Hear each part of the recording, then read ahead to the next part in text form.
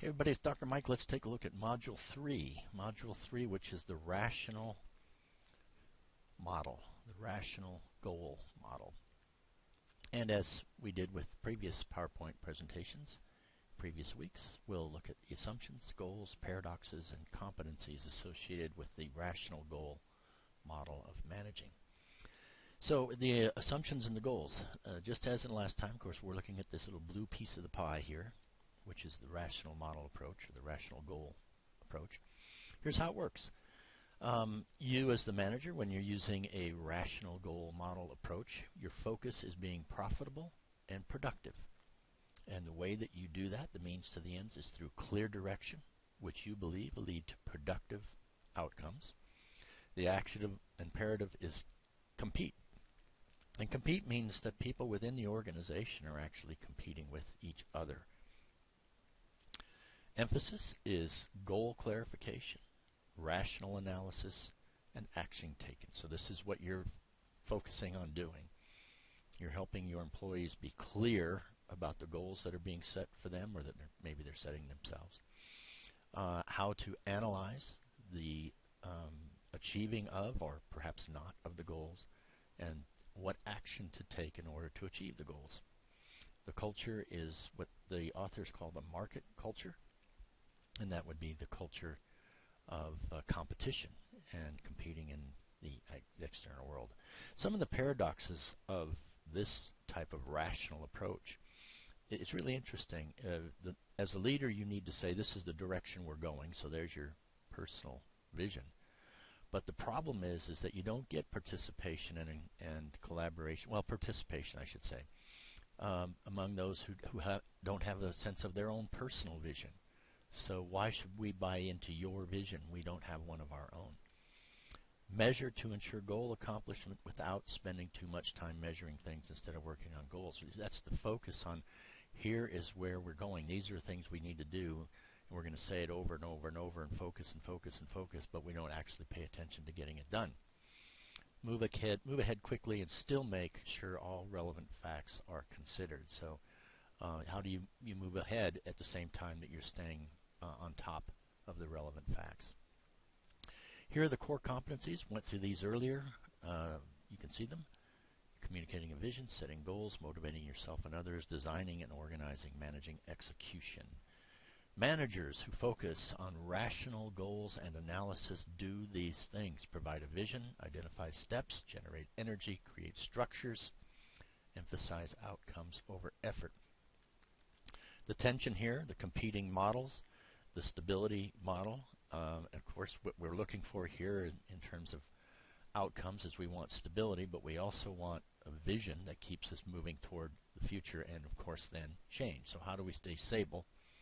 We stay stable at the same time that we're looking forward to change. Developing and communicating a vision, one of the first competencies. How do we do that?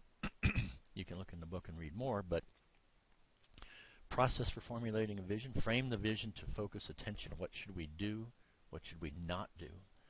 A vision of the future isn't just something like, oh, we want to be the best in our class or the best in our industry. It says, what do we need to do? What do we need not to do?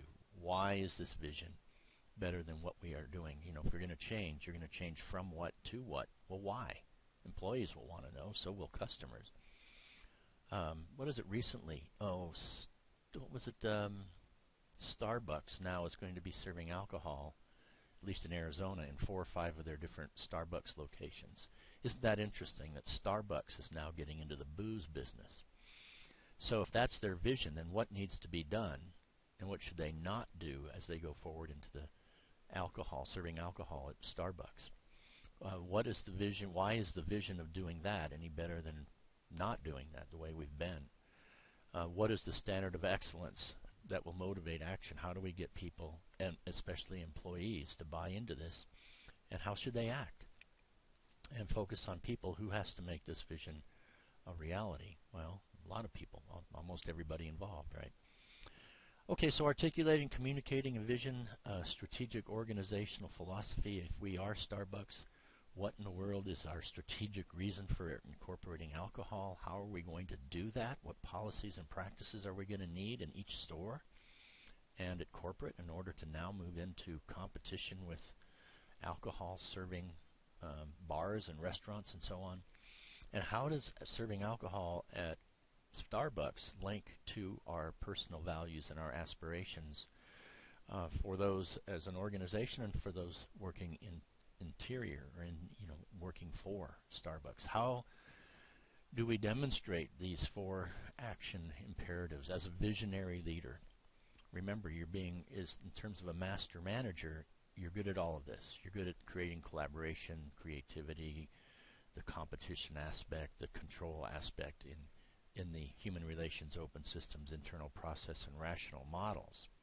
How do you do that?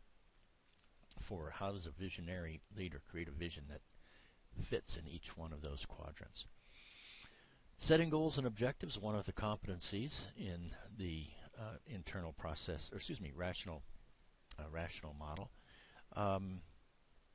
Formulate specific objectives, and you can read the rest of these. Identify specific plans, schedule, start, develop a budget. Very rational, very reasonable, very predictable. Cascading the goals throughout the organization. That's another thing that you would do if you were good at using this model. From individual goals to team goals to a business unit goal to an enterprise goal. Superordinate means beyond just the organization, maybe serving the community or serving the environment or saving the environment. Gaining strategic unity and alignment. How do you do that if you are a manager operating from this particular perspective? Have a motivating, compelling vision, and so on. You can read about that in the text. Performance management systems. Performance management systems are real important to goal achievement. That's what the rational goal model is all about. So performance management speaks highly to goals.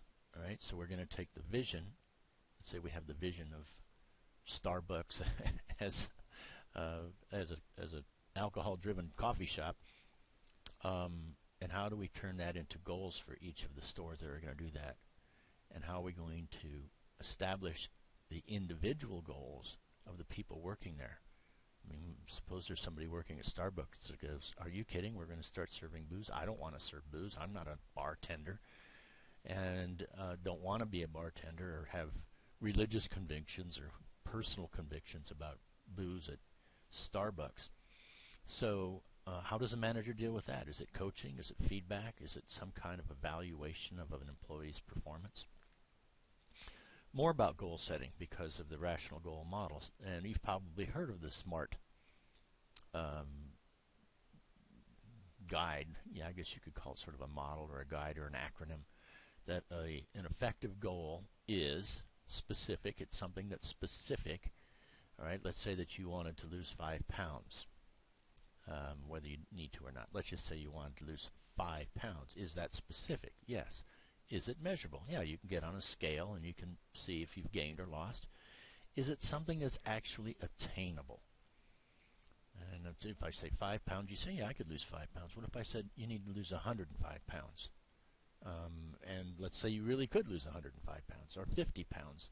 Is it attainable? Can you actually do it? You know, we see television reality shows. You know, the Biggest Loser, for example. Is it attainable? And they make a whole season out of somebody losing a significant amount of weight. Is it relevant? Is it something that you want to do? Is it important in your life to say, well, I'm going to spend, you know, all of my extra time in my life to lose 3 or 4 pounds? Is that relevant to living your life? And it can it be done in a specific amount of time? If you've ever watched The Biggest Loser, some of these reality shows, they do have a very specific amount of time. You must lose, 20 pounds this week, or you're going off program, something like that. So specific, measurable, attainable, relevant, time-bound, SMART acronym for goal achievement. So it's a good one to have for managers to help employees recognize what's expected of them. How about motivating yourself and others?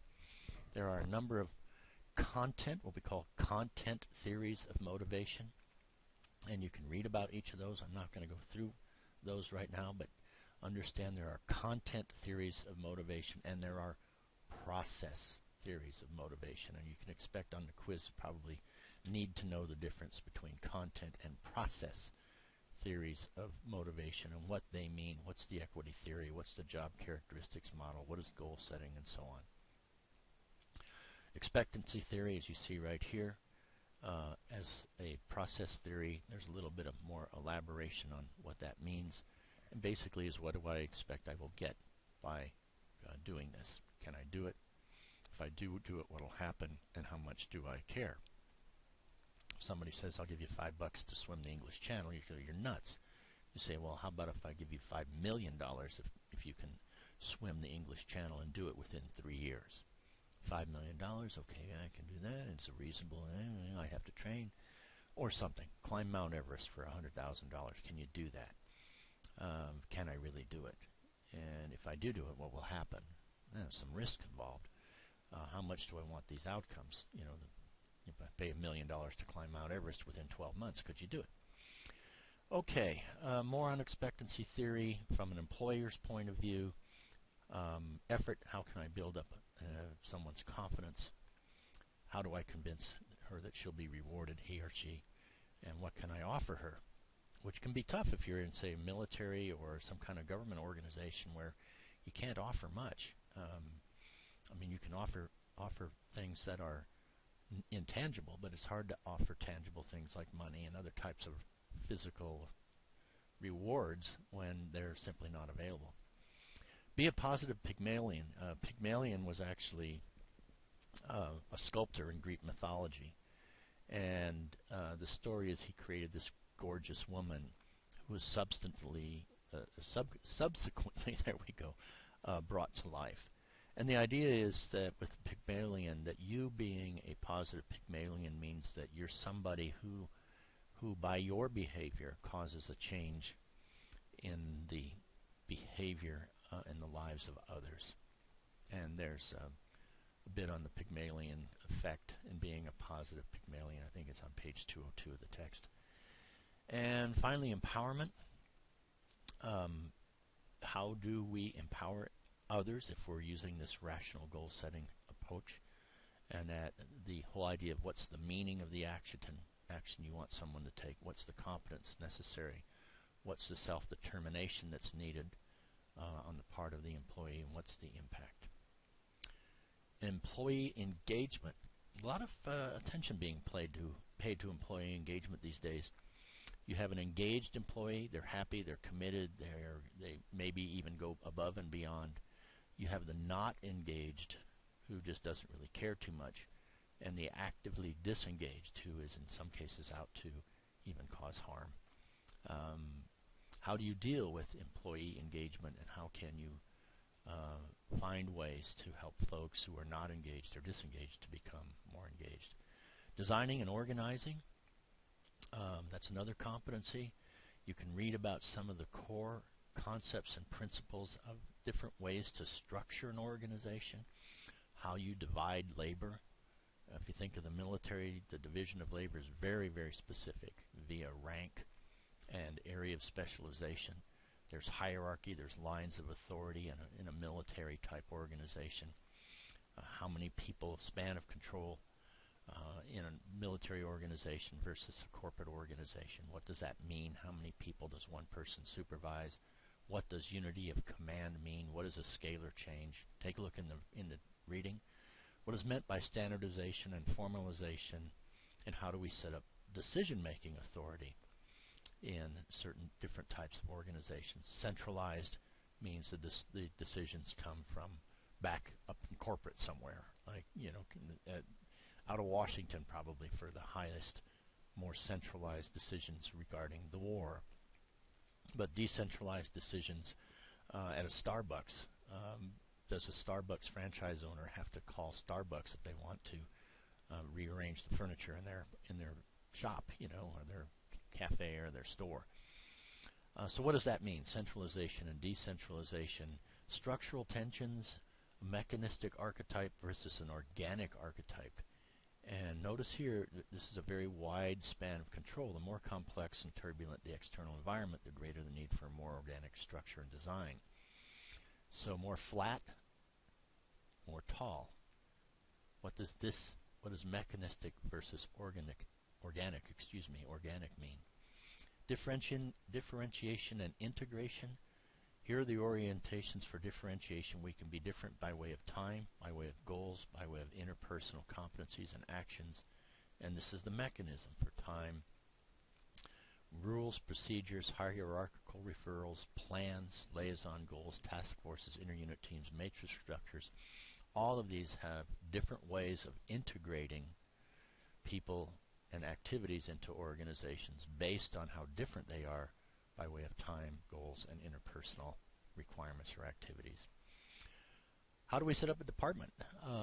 Again, we're talking about a competency found among a rational goal model. How do you set up a department? Do you set them up as functional or cross-functional or process-driven or matrix-driven type organizations? You can read about those in the text. That's important. And Galbraith's 5-star model, some of the processes and functions of an organization. All organizations have a strategy. They all have some kind of structure, the organization chart. They all have people with whatever competencies they have. They all have a reward system or some things that keep people involved and engaged, and they all have internal processes that work hopefully well to get them what they want. Finally, the competing values framework structure, cultures. We've looked at all of them now, I guess. We haven't looked at all of them. The clan had to do with the human relations model, right? Adhocracy had to do with the open systems model. We'll be looking at that soon. The blue model was the rational goal model. That looks at the organization as a market, almost.